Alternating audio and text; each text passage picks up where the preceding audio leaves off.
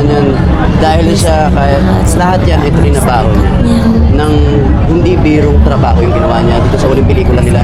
Isang buwan sila nasa Hong Kong at hindi man sa method actor, ginawa sa method actor ni Dricati, so hindi madali yun, you know. At saka yung ginawa nilang dalawa sa pelikula na yun, sa karakter nila pareho, talagang binigay nila, di ba? Hindi, you know, pagka hindi mo naman trinabaho, hindi naman mabibigay sa'yo eh. Pero trinabaho nila, talagang pinag-usayan nilang maigi, hindi nyo makukuha.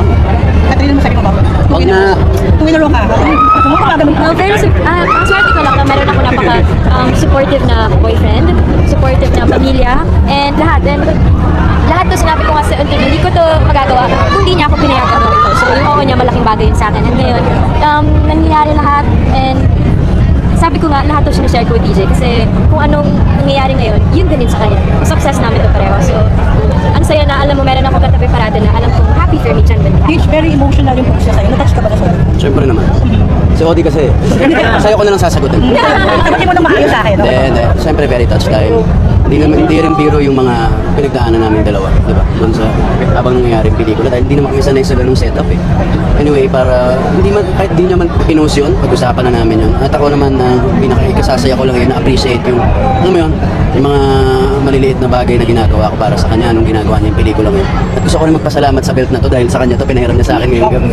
So, Paano ba? Meron ba tayong pelikula sa rin gagawin? Siyempre. Yung mga nag-aabang sa mga... syempre naman. Soon. Hindi pa tayo Babalik tapos. na soon. So, ngayon tinatake lang yung konting break and then may gagawin si DJ para sa kanya and then doon balik na tayo. So, cash gas, marakad na. Konting intay pa.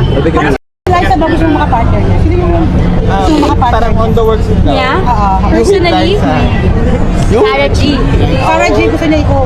Sarah G ka pwede makapartner. Alam mo, madali nating sabihin pero Marami. lahat tinatrabaho siya eh. Hindi naman siya basta-basta lang. So ako naman, tignan natin kung sino man to. Kat, you're the first Filipino actress to have two movies English more than 800 million pesos. How do you feel about that? Inglesero to. Ito yung magagawa. Nosebleed ka dyan. Sabi ko nga kanina, ang hirap i-explain sa isang salita lahat ng natin naman ko kasi kahit ngayon minsan may isip ko na nangyayari ba talaga to?